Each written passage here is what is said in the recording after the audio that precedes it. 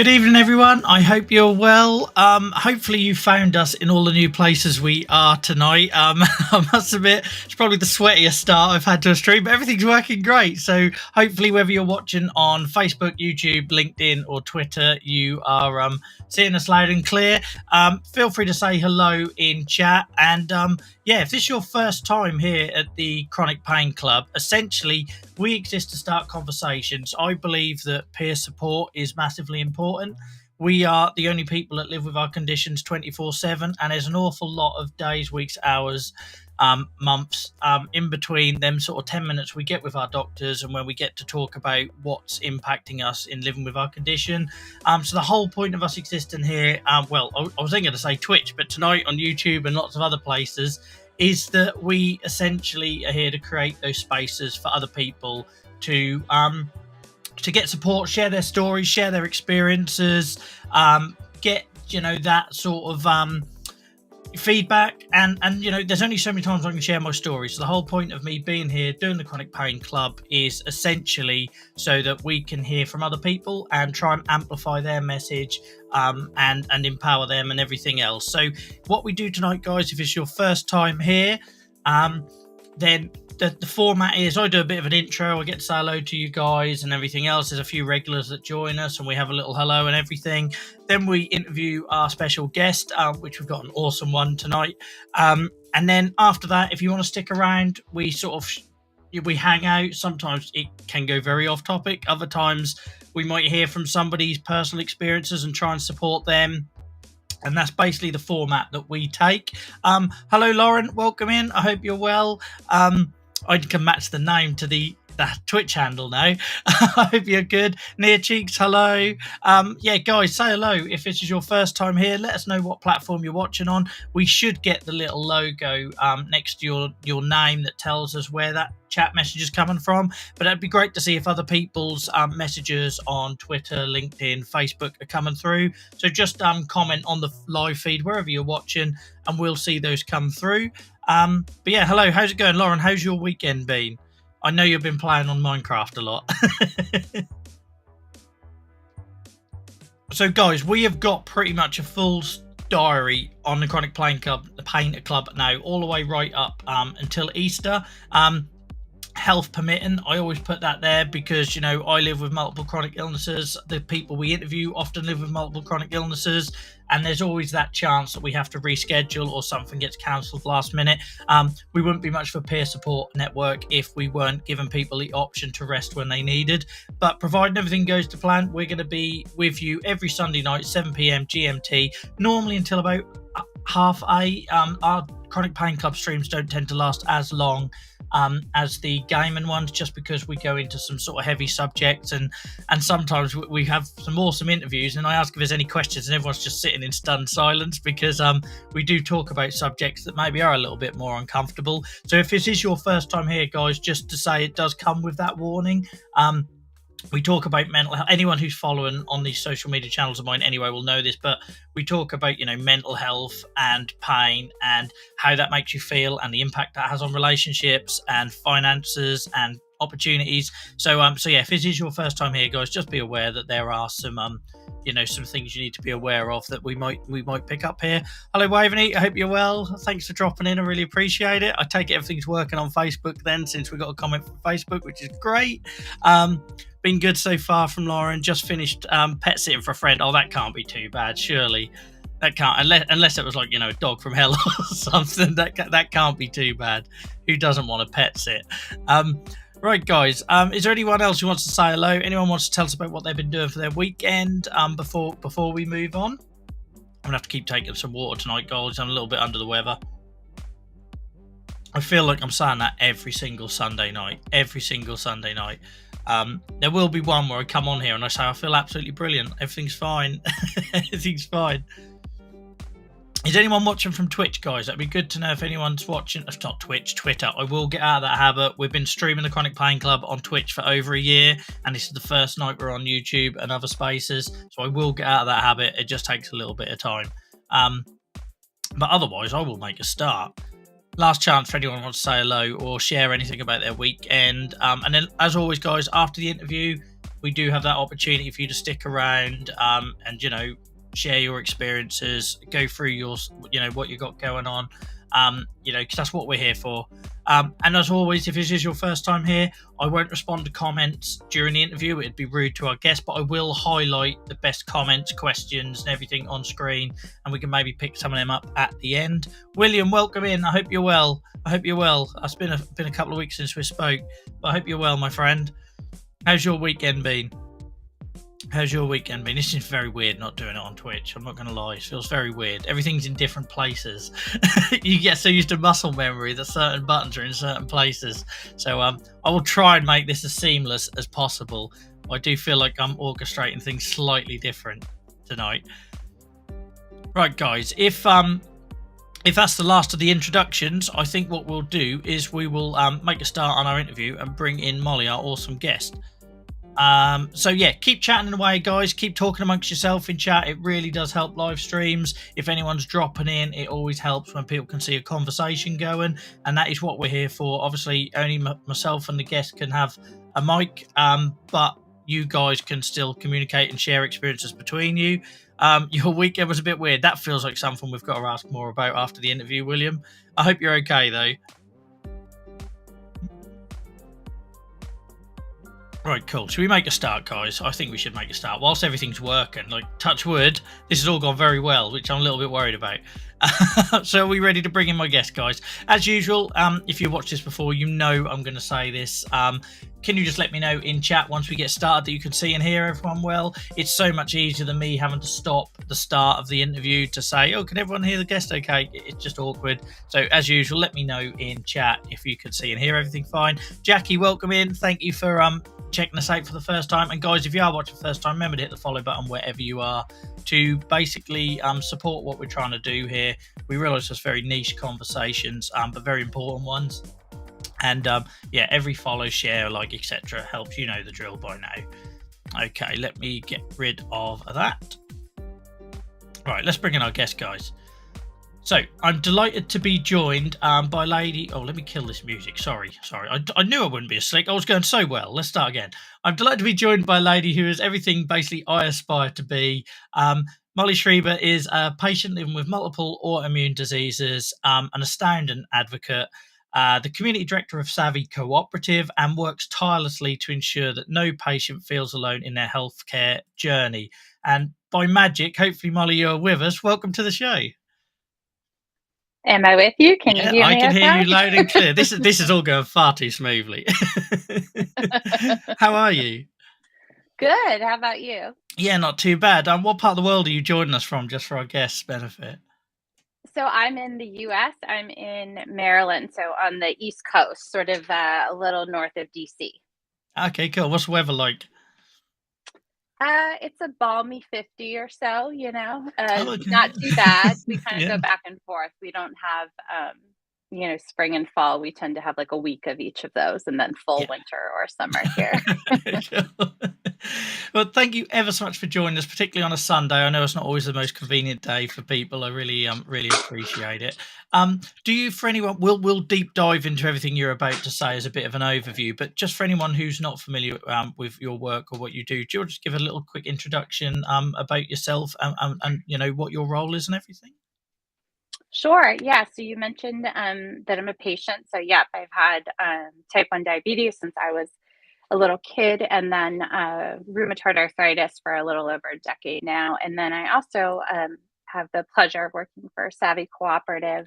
It's a patient-owned co-op where we try to just make sure that patients and caregivers are included in the creation of anything that's being made for them. So we want to make sure that patients and caregivers have a voice in the products and treatments and lovely advertisements that come out and make sure that they have a voice. And I have the great job of getting to just talk to new people and try to get some new faces and amplify some new voices every day.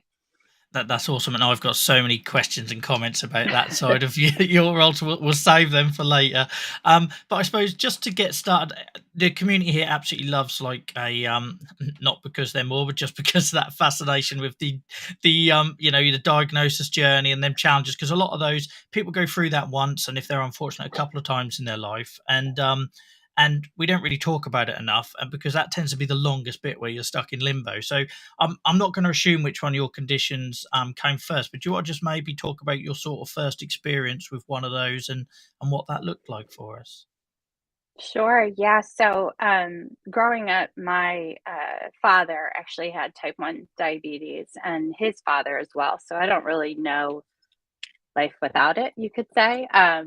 When I was 8 years old, I got poison ivy. Not a big deal. Doesn't, you don't really associate that with diabetes, but since it's an autoimmune condition, anything can really trigger it to kind of kick off. And I back then, went back and forth to the pediatrician, and my, mom was saying, she's not eating and drinking. I don't think those have anything to do with poison ivy.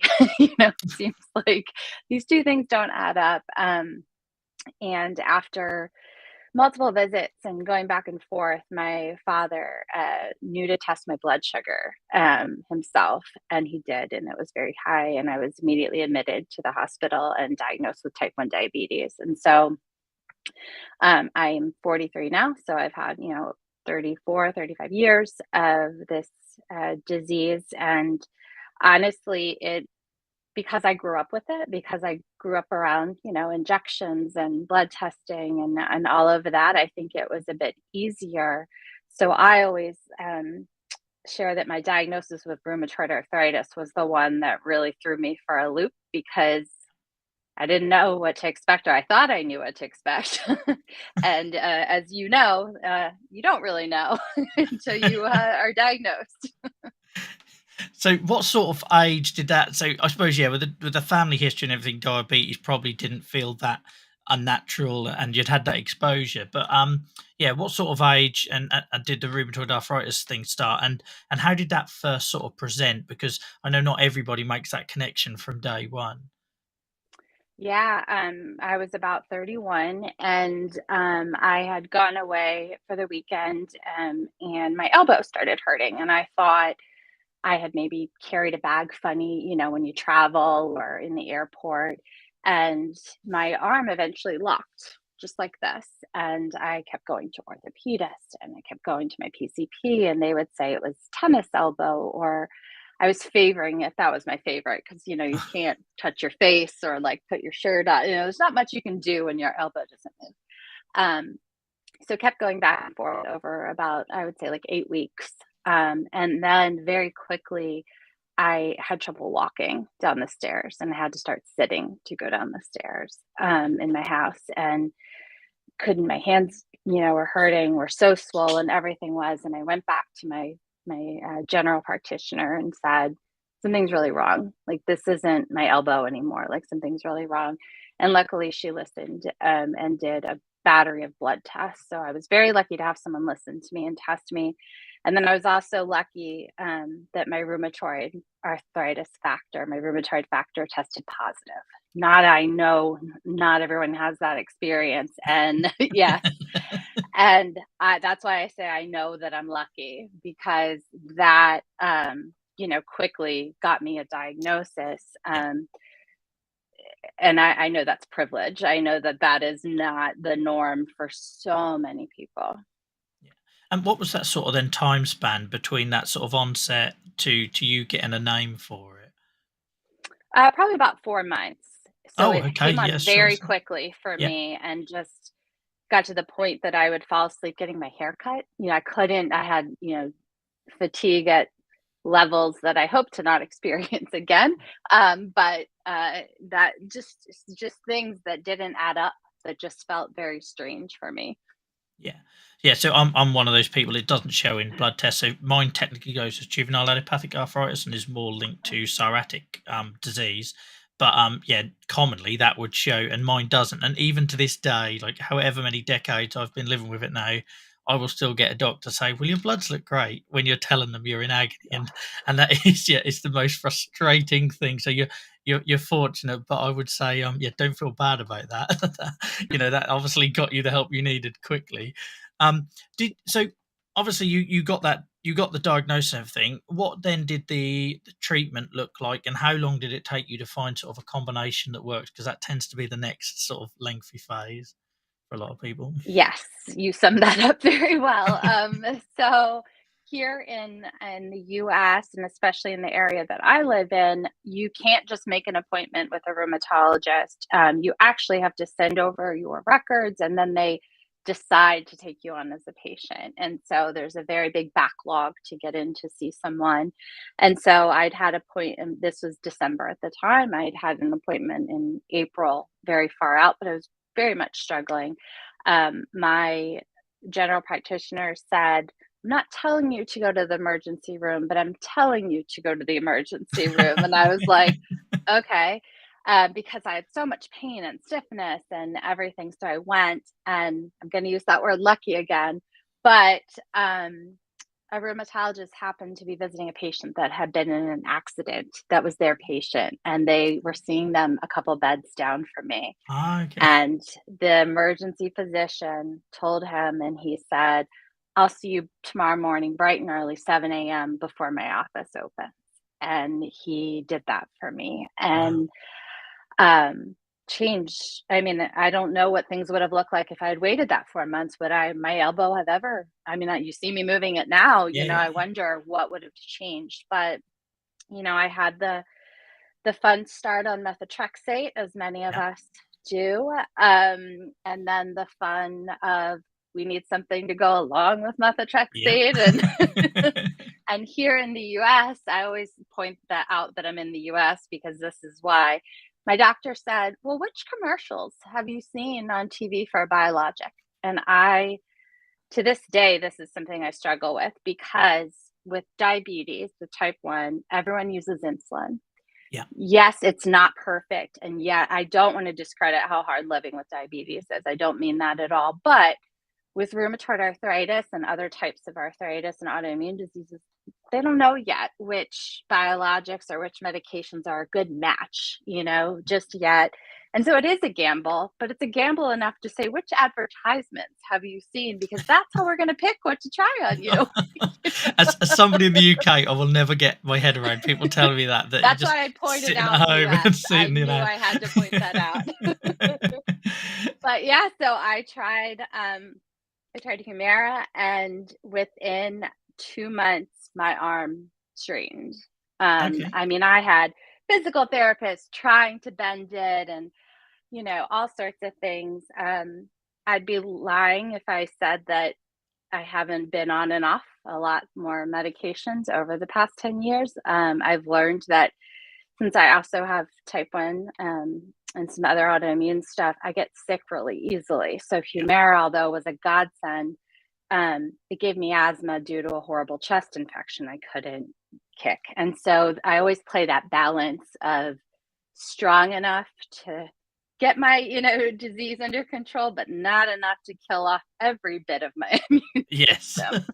That is a subject I talk a lot about as someone who was already I was an asthmatic before I went on Humira Oh, and biologics. yep. And yeah, I recently had a chest infection that lasted from the end of October all the way until January, until I got COVID on top of that. Oh And my you would goodness. get those comments where people say, "Well, why are you taking this stuff if it just keeps I get it, like in employment over the years, where your boss or someone will say, "Well, why do you take this stuff? It makes you sick," because they never see what you were like as the untreated arthritis patient. And I think that's always a really difficult subject. I don't know if you've faced similar sort of conversations when it keeps making you sick or not. Oh, sure. Yeah, especially, even with my kids were young then, and, seeing me take, for methotrexate, that would make me really sick, no matter what dose, what I did. But then with biologics, it was like, "Well, why are you taking this if it makes you feel this bad or gets you this sick?" And it's like, "Well, because I can work, or because I can, you know, boil water and cook dinner, not like the ads. I'm not looking to rock climb or canoe. Yeah. I just want to like cook dinner." Yeah. And I could do those things, whereas I couldn't before. And like, I don't think people get that unless they're No. us, right? Yeah, they don't. And because it is that long-term health condition, and life changes and social circles change, I find anyway, there's very few people I know today, apart from family, that would know the teenage Joel who was in a wheelchair. And you know what I mean? They just don't. So it's very hard for people to get a handle on on what it could look like if it was unmanaged, or we didn't take these medications. And yeah, as somebody that was on methotrexate from a very young age until I couldn't tolerate it anymore, what were there some benefits to that? 'Cause we get lots of people talking about, the horror stories and everything with methotrexate and the side effects. I think that sometimes the fact that it can make a big difference gets lost. Was that your experience or not? If it wasn't, please be honest. So to be completely honest, it no matter I tried, tablets, injections, and I have to say that I do go back to it at times, everyone, because I do know it works. So Yeah, it does work. But for me, when my kids were little, I had to sort of pick a day that I knew I couldn't function to yeah, recover. And so for me, that was usually a Saturday or a Sunday because I was working and I lost a day. I lost a day with my family. I had to look at my kids and say, I can't, I can't, literally can't get up, or I might get sick, or whatever. And so I would go on and off, and and my doctor would sort of know that that was, if I was asking to go back on it, okay, she must want the benefit, she knows what's going to happen. So, yeah. You're so gonna be luckily you're I'm already not stuck on in the it now, bathroom the next but day.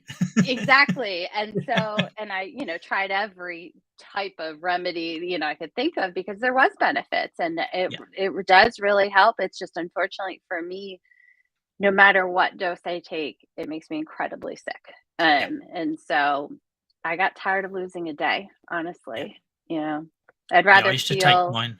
Sorry, go ahead. less well that for a whole week than lose a whole day, you Yeah. know?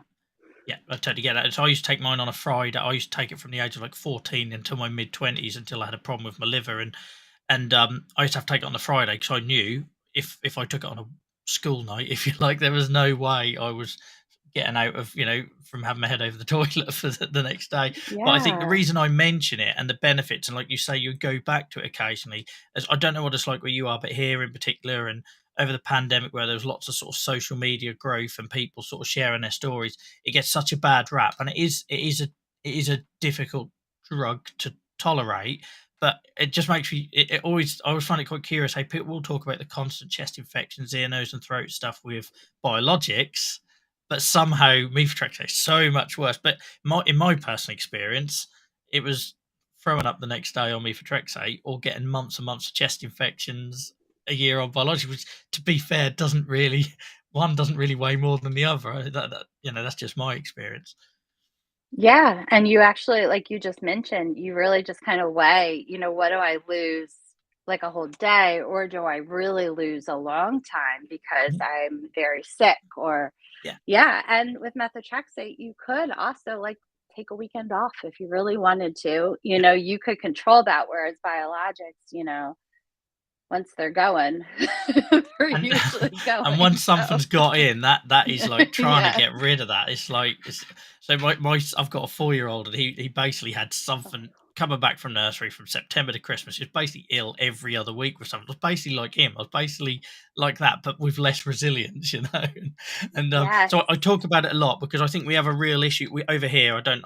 It's different in other places, but over here where people want to jump the options to get to biologics because they don't understand the pros and the cons, or all they see is people sharing the horror stories. So if there is any good news, or anyone who has any benefits from these things out there, I like to try and spend a minute or two on it, just because if not, it just gets missed in the noise of, everyone wants to share. It's like when you're expecting a baby, everyone tells you the bad stuff, they don't tell you about all the lovely stuff. True. But you're right. Like, biologics are great. And I mean, they've obviously given me, my life, and I'm working and I'm able to do things, but they haven't come with the negatives. I mean, they are very strong drugs. And so, yeah, if I could have stayed on just methotrexate and just known, okay, I might feel awful once a week. And now my kids are a little bit older, so they're a little more tolerant of that. But I would love to just stay on that. That would be tremendous. But Yeah. yeah, I hope people will try it. I do realize it does get a bad rap because, it's yellow and it's gross looking, and, and and then people tell, the awful things, but they also tell the awful things about the biologics too. Yeah, So, yeah. I appreciate you sharing that. So I went off on a bit of a sort of tangent with that one, but I think it's very rare that we do get somebody who comes on here and talks about how it helped them. So I sort of wanted to make the most of that. Did you? How did you find like having? You've got obviously the two conditions there. I don't know if you want to talk about any others that you're sort of working with, but like, how did you find that management? Because arthritis is heavy enough as it is, and then if you've got diabetes or other things going on, did that one, tell us a bit about how you managed that or how you managed it in the past. And also, did that cause issues getting treatment or diagnosis, because of all them various comorbidities and interactions and things like that? Yeah, so one of the big things that quickly kind of made me feel a little bit different as someone that had, type 1 as well as RA is steroids. So steroids are typically a no-go. Because they raise my blood sugar and they make it harder to control. Now, I am lucky that I have a really great insulin pump, continuous glucose monitor. I have a really great tech, and we didn't have that. I sound very old when I didn't have that when I was growing up, but we didn't, and so things are very different now that I can actually have a profile in my Mhm. insulin pump that is called, I used to take Rituxan, so I need to change the name. I'm not on that anymore, but with Rituxan, you get infused steroids. So I called it my Rituxan profile. And I would change my pump to that, and it would give me extra insulin for a certain period of time to accommodate the steroids and what was happening.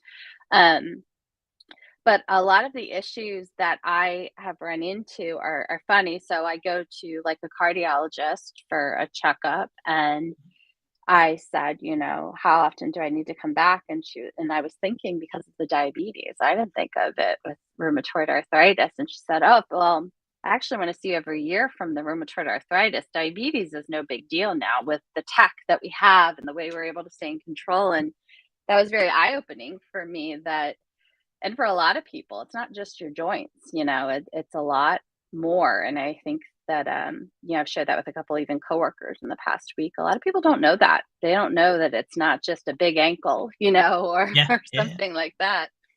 And it sort of ties into that education stuff, which I'm sure you probably talk about as much as I do about patients being educated and the value of that, and obviously you gain that as you go through. A lot of us are living with these things for quite a long while, and don't worry, I very much say when I was younger we didn't have dedicated pediatric rheumatology departments and all this, so I sound like a dinosaur whenever I talk about this stuff.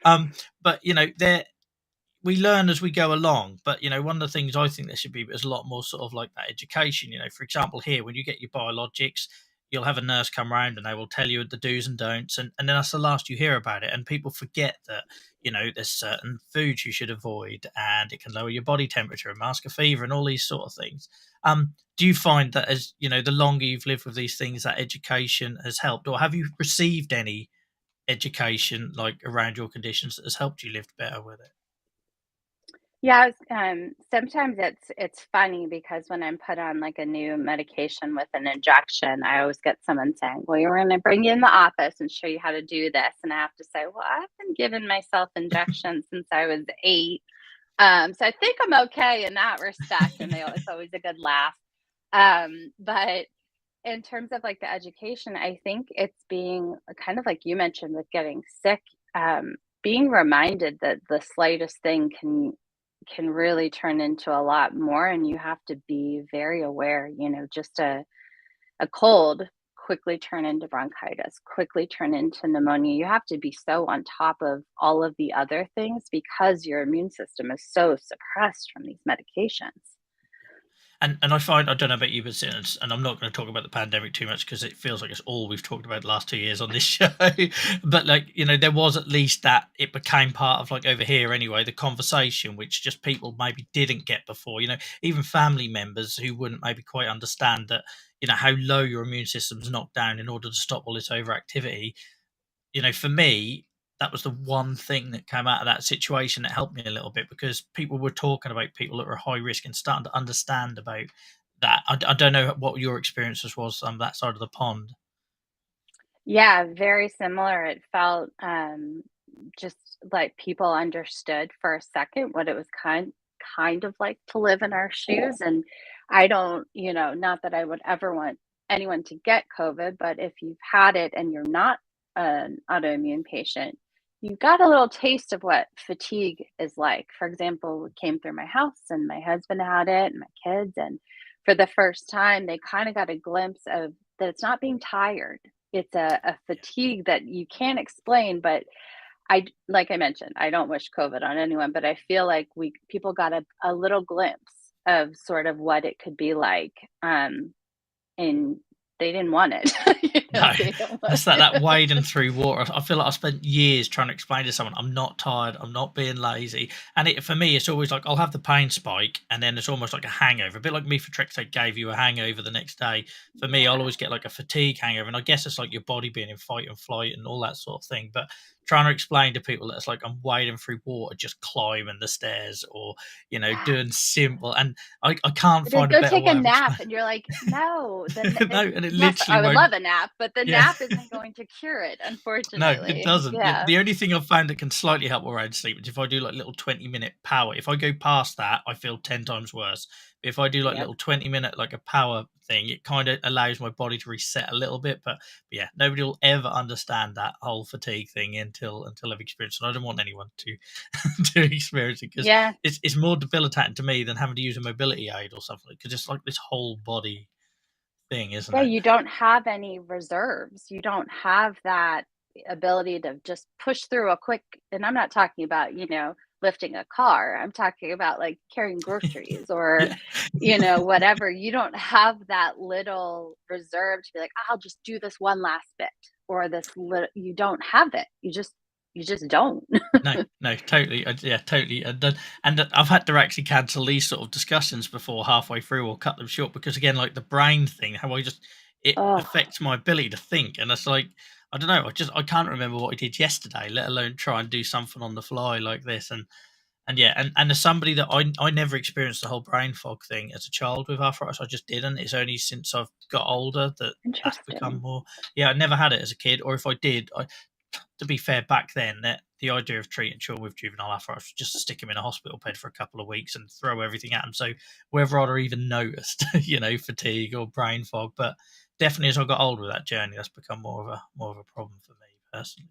Oh yeah, I take notes on everything. I email myself more than I'd care to admit because I'll forget. I'll literally Yeah, just forget. yeah, yeah. So, Lists is the way to go. yep. I thank you for sharing all that. I've got so many more questions, and our journeys are very relatable in terms of the drugs we've had and the experiences we've had.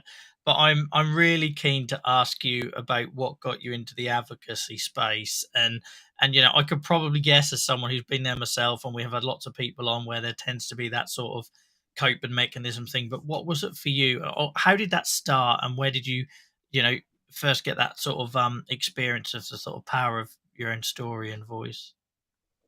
Yeah, so when I was diagnosed with RA, I looked online to find someone that also had diabetes because, my at the time they were saying, steroids isn't really an option for you, and I was like, okay, well, what are other people doing? And I couldn't find anyone, and so the diabetes community has a great online community. I mean, they have a chat that's literally every week, and I popped in and used, the hashtag and said, I was just diagnosed with this. Is there anyone else? And there's this great gentleman named Rick Phillips that you might know. He is a fellow patient.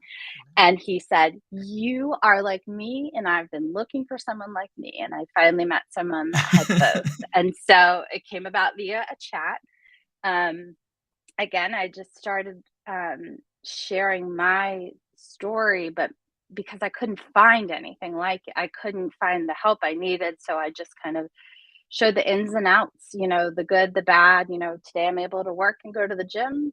Tomorrow I'm probably not moving. Who knows what it'll look like? And I wanted to show both sides. And so I just did that and had the pleasure of meeting other advocates. And I always mention Rick though, because he's always just been a steady blogger and a steady writer and always trying to include me. I talk to him almost every day. But he was the first patient I found who said, I have what you have, and I've been looking for someone like you. And it was instant friendship 10 years ago or more.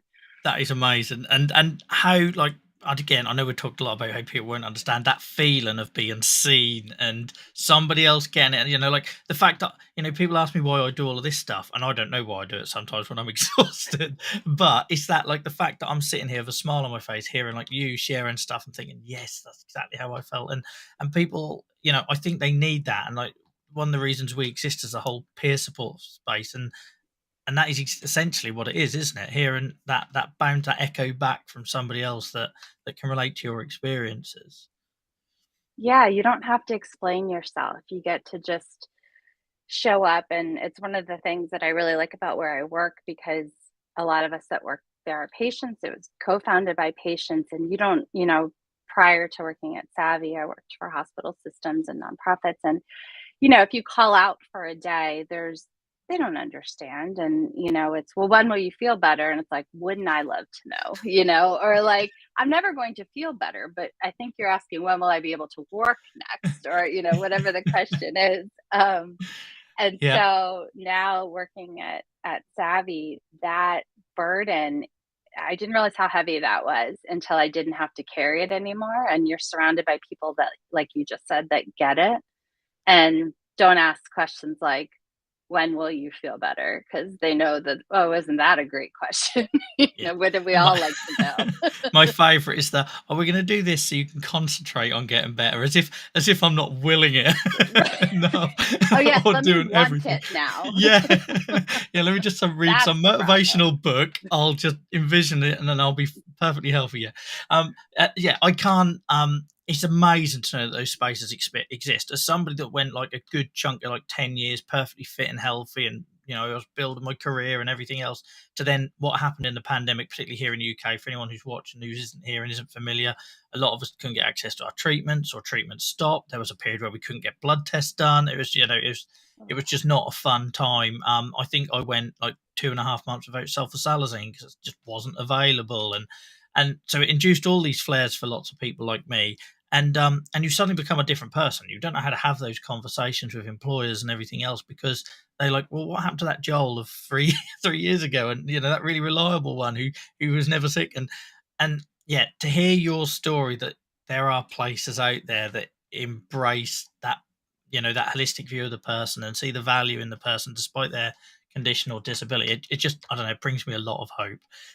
So do you want to Yeah, share more for anyone watching this about what Savvy Cooperative does, and where it fits in with everything? sure. Well, so Savvy was started as a co-op back in 2016, and I actually joined then just because I really believed in what they were doing. And basically, our co-founders, one is juvenile idiopathic arthritis patient, and the other is cystic fibrosis. They, were invited, like some of us have been, to share our opinions at different tables and companies, and found the same people, at all of the events. And I know myself, like, it's great, you make friends, but are your 5 people really representing the millions of people with this condition? It isn't the best. And they just wanted to change that. And they wanted to make sure that, there were new faces at the table, and that, patients weren't just a checkbox at the end, hey, we made this thing for you. Don't you love it? Tell everyone you love it. You wouldn't They believe how wanted many to bring focus them in groups early. I've been Yes, in that have right? existed like that. Well, Within we made 10 this whole seconds thing. that you are here purely so they can say, we spoke to patients and you had no say on it. And Yes, you're my a my new checkbox. thing is, before sorry, I know I'm going off on a tangent here and ranting, but Mhm. like my new thing is, when I get asked to do a focus group now, the first question I'll ask is, who decided this was a need? Who decided this one? Because if it isn't patients, Oh, then I don't want to. Do you know what I mean? Because if it was just an yeah. organisation thinking, oh, we've got some budget, let's create an app for the sake of app's sake, and the last thing patients need is a fifth symptom tracker app. Sorry, you can tell I'm quite No, I irate about love this that one. question though. Like, who wanted this? And like, Yes. exactly, like, so many times you're just like the checkbox, and they make, it's not, you know, rocket science. If you co-create something, people will like it and use it and buy it. So your company will do better. Yeah. It's kind of Yeah. like, why wouldn't you do it this way? But yeah, we work in, every treatment condition and across the world, and just basically try to make sure that patients are included in co-creating any type of health innovation, and that they're paid for it too. We want to make sure that a patient's voice, that's your lived experience. That's, like you mentioned, we tried to get people to understand, but no one can understand without talking to us. They're not going to read what life is like, and get it in a book or in an article. So a lot is like chats like this, trying to understand like how they can help without making another app. Like, what could they actually do to make your life Yeah. better? Yeah, rather than doing the whole book ending it, because for me the experience is, right, what are the pain points, then there's this massive void where you don't know what's happening when they take those pain points, and then suddenly at the other end comes another app Yeah. or And they're like, whatever we it is. made this with patience. And you're like, oh, great. Yeah. And yeah, so we're obviously speaking the same language, because for me it's about involving patients at every step. Like Yep. I want to see that, where it's not like, sometimes I'll get the same pharma company ask me to do 8 or 9 different things a year, and my question would be, well, why isn't there a patient lead already in place that that can have that network? And obviously that's where you guys fill the gap and everything. So it's really, yeah, like I say, talking about hope again, it really gives me hope that these things are now starting to exist, because you only have to go back 10 years ago and somebody would have looked at you like you're an alien just landed on from another planet if you said about involving the patient at these levels. Oh yeah, we've had people where they're coming up with just, the design of a clinical trial, and it literally doesn't occur to them that it might be a struggle for a patient to hold down a job and raise their children and go 5 days a week to a treatment facility. Like, Yeah. they actually have to hear someone say that. Like, that to me is mind-blowing, but that really shows how much work there is that still Yeah. needs to be done. And Because we're like you say, people. We're yeah, still people. We're not just patients. no, we're all trying to keep us stuff together, and and manage with all these extra sort of plates we have to spin with our conditions, and many of us don't just have the one, so you get the extra complication with that. But yeah, that needs to change. And I think, yeah, like I say, it feeds into a lot of like what we're doing, and sometimes people won't get why we do the stuff here on Twitch and these conversations, and like trying to get across that, like you say, people are not going to read a book. I could write a 2,000 word essay or whatever, and people aren't going to read it. So, for me, I use creative skills to try and punch people in the heart and get them to sit up and listen. And there's lots of different ways you can do that, isn't there? And use whatever tools you've got to try and get that point across. Yeah, and you're giving people hope the same way by doing this. You're showing that you can still do what you want to do, or you're still able to facilitate conversations, just like, people, for example, might, not want to exercise or something, but maybe they see someone that did something like, I could do that stretch. I could try that. Like, right there, that's hope. That's like one less person feeling alone or discouraged, and I'm not saying everything's rosy. Like, I'm No, definitely not saying that. But for me, I have to try to find some type of positivity, because I'm afraid, honestly, that if I don't, I'll go into like a black hole that I won't be able to get out of. Because if you allow yourself to just surround with how awful things are, I don't know how you can climb out, honestly. And so that's when I look to the community like you and other people who are living. No, like I mentioned, I don't need you climbing a mountain or doing anything, exactly but that. Yeah. just thriving with their disease. Yeah. See that we had someone come on here and use the term, I think it was inspiration porn, and that is so true. It's like Yes. you don't need to be like this superhero climbing Everest and raising £20,000 for charity or whatever. You can literally just be living the life you want to live with your adaptions and the things you need to do to make that possible. Yeah, So I just wanna dump water out of a pot or something. I don't need to canoe or build something. I just wanna make pasta, yeah. or whatever it Yeah, is. it's not a big ask, and I think that's another message we've got to keep trying to get across to these organisations, because of some of the conversations I have is all about massive things. Like, and for me, like you talk about that black hole, like I talk a lot on here about, if I wouldn't have had my son the last 4 years, I don't know where I definitely wouldn't have had, you know.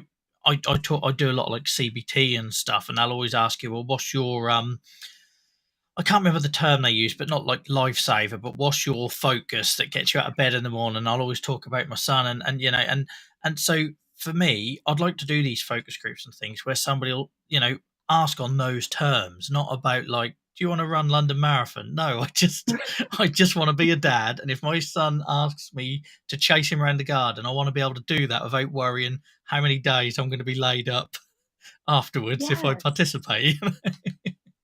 You summed it up so perfectly. That's exactly what it is. You just wanna be able to live your life as best you can, you know? Yeah, yeah, yeah, totally. So where I understand if you don't want to talk too much about Savvy, but in your role, what does that consist of, and what are the sort of like what's the future plans for the organisation? Because I'm interested myself, and I'm sure the viewers are as well.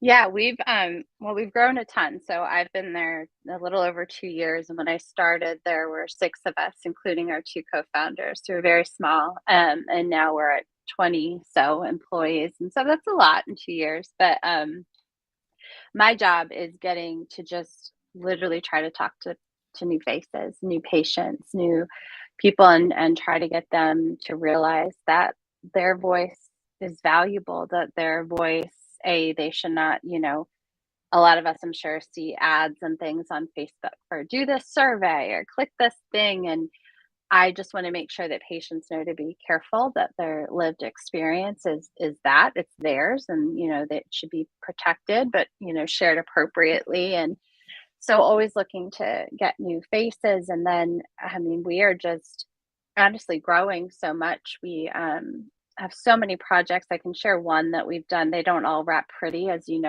research, you don't always get the pretty bow at the end. Um, we did a great one for Amazon that wanted their Alexa devices to work better for people with a stutter or stammer. And so Awesome. we found those patients, we got them the devices, and now all of your Alexas have a patch in them that you don't realize, that allows it to pause or wait and learn and listen better to someone with a vocal impairment. And so not everything gets to wrap that up that pretty. No, Usually but research takes a very long time, but that one really shows how we were able to take a community and really provide a service that you didn't even know you needed. And now you don't even have to opt into it. It's just there, and that's a great example of something that we do every day.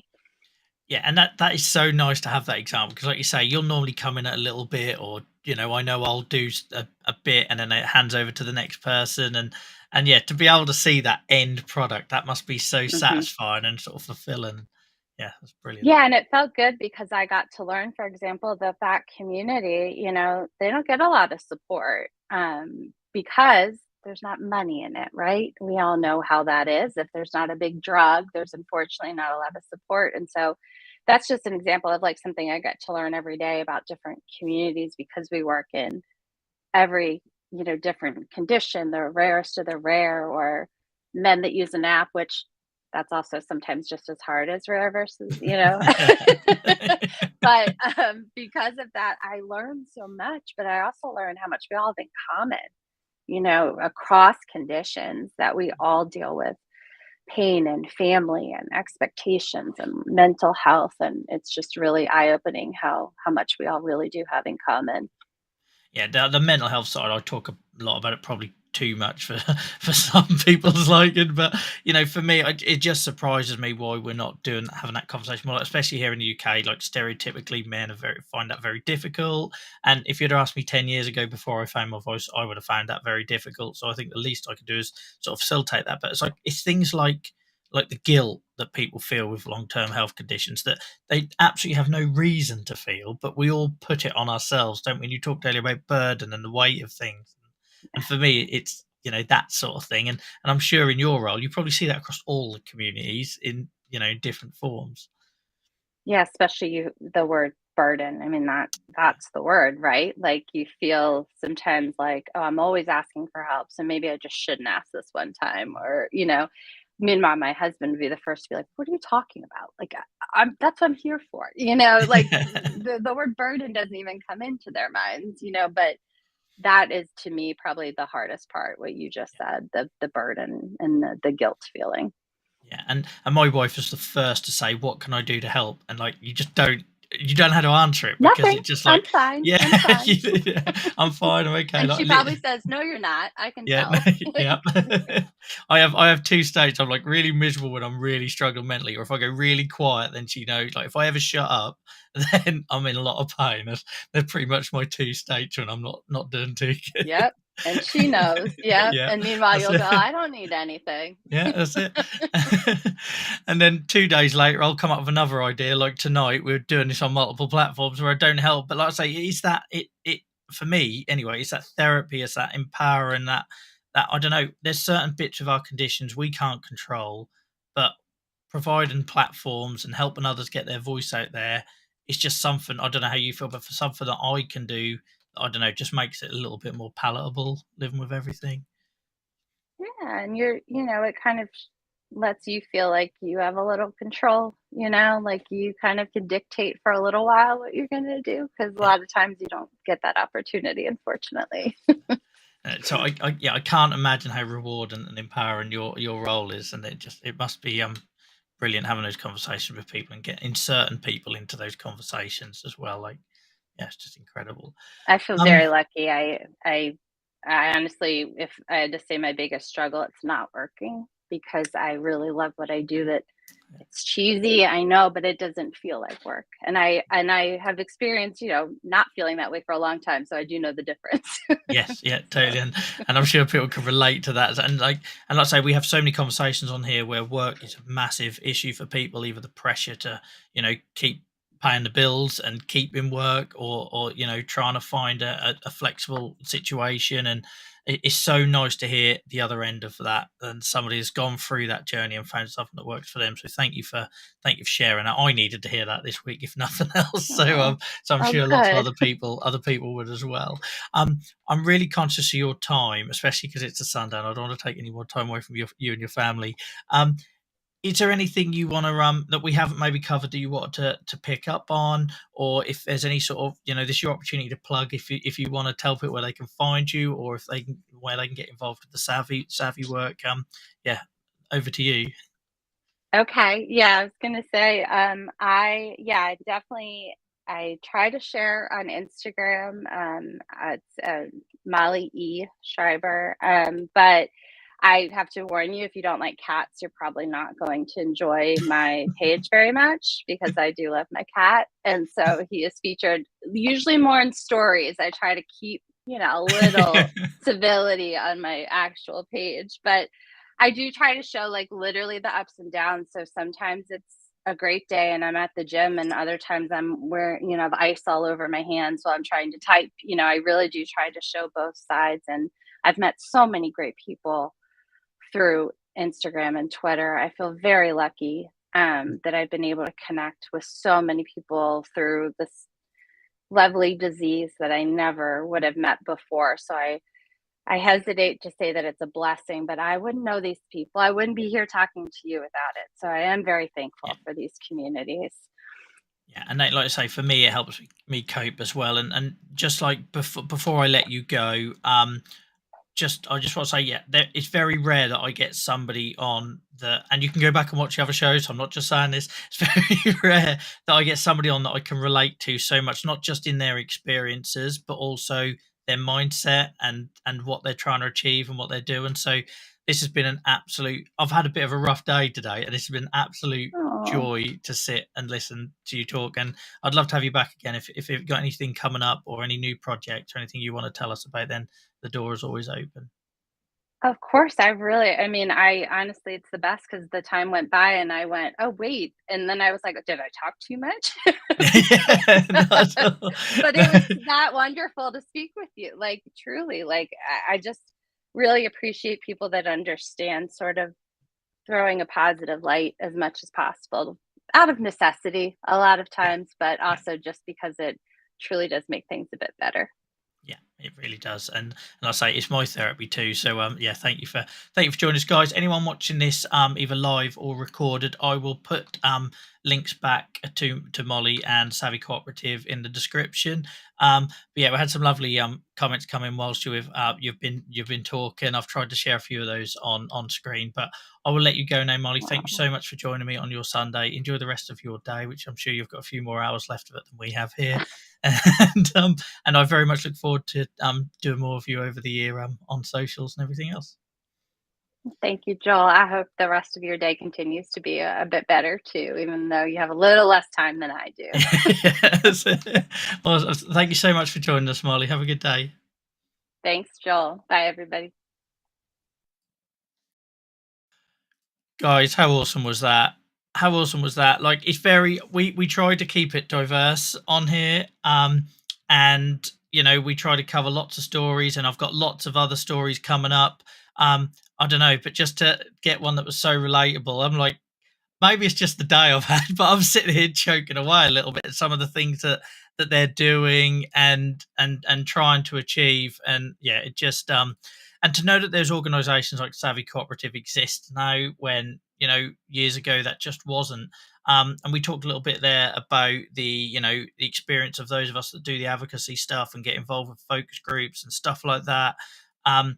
We just, I don't know, it can feel like such a tick box exercise. For somebody who's been doing this a few years now, it really is, an issue. You can tell as soon as you walk in that door if you are going to be there, because everything's already decided and they just want to say, yeah, patient was involved. So to know that there's people like Molly and organizations out there doing things to try and insert patients into every step of that process, so we can say it really was co-produced rather than tick box. Yeah, it's just amazing. And yeah, I'm definitely going to be keeping a close eye on what's Savvy Cooperative. And maybe, guys, let me know in the comments if you'd like us to get more people from organizations like that. Obviously we originally got Molly on to share their story and talk to us about their lived experience.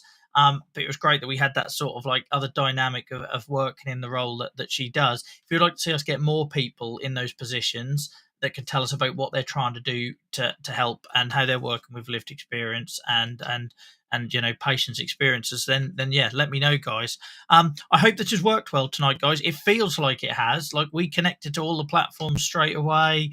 We've had chat messages from people on YouTube and Facebook. I don't know if we got any coming from Twitch or LinkedIn, but it might just be that the audience isn't there yet. But I feel like this was a good move. I don't know what you guys feel like, because obviously Twitch can be a bit intimidating for people.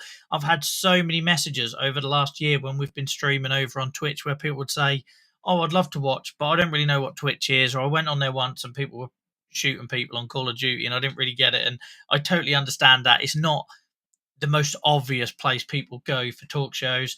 Obviously, with YouTube as well, we've got the opportunity to potentially reach more people. So hopefully this worked for you guys.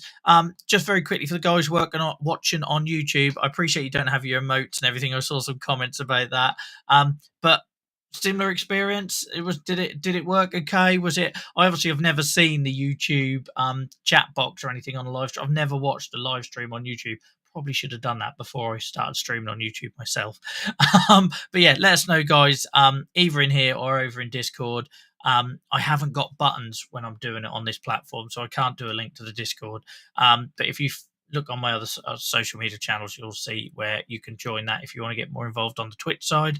But hopefully that worked, and it's about meeting patients where they are ultimately. That's the idea. And if Twitch was providing too many barriers to people accessing what we're doing here, then we need to do more. That's on me. I need to do more, and that was the idea of us going out live on multiple platforms. And I've already seen tonight we've had people joined us in multiple places, which is great. And we can add more to that. I didn't want to go mad. I can stream up to 8 places at once. And the thing is, all the multi-stream stuff happens in the cloud, so it's not reliant on my internet connection. Very similar. I wouldn't mind if this were a better option. Yeah, and we'll still do all the Minecraft stuff. The platform I'm using is not for streaming games. I need all the overlays and the fancy stuff for that. But for the talk show stuff, I don't know, it just feels like this is probably the best home for it. We can reach people on multiple places. Like I say, meet people where they are. You never know who got shown this on Facebook tonight that never would have ever looked on Twitch for this sort of content. And yeah, and I think going forward, then this is probably the new home. So big thank you to Molly, our guest, for agreeing to be a bit of a guinea pig for that one, because let's be honest, we could have gone live and it all went horribly wrong, and me and her were having an offline conversation to put up on YouTube on another day. If you missed last week's conversation with Zoe Clark, the allied health professional, talking about ankylosing spondylitis and endometriosis, and what was the other one? EDS, then yeah, that's all up on our YouTube channel now. Again, I can't do a link, but since most of you are already watching on YouTube, you can find that there. Lauren, definitely the best place for this kind of thing. Awesome. I'm still learning here. I should probably get rid of that logo so we can all see chat. I like as well that it pulls in the comments from different places. So we had people talking from Facebook, people talking from YouTube. That just feels like a no-brainer. Guys, thank you for watching. I'm not going to drag it out any more than that unless anybody has anything they want to share. I think as a first-time trial, this worked really well. Thank you for getting involved. Thank you for moving across. If you're very much used to using Twitch, I really appreciate it. I know not everybody was going to do that first time, and it will take a little bit of time for people to get used to that. It'll also take us a bit of time to build up an audience in these new places on Facebook and YouTube and everything else. And hope that was enjoyable. And until next time, guys, I will love you and leave you. But yeah, thank you for joining me. And until next Sunday, I will see you soon. Bye bye.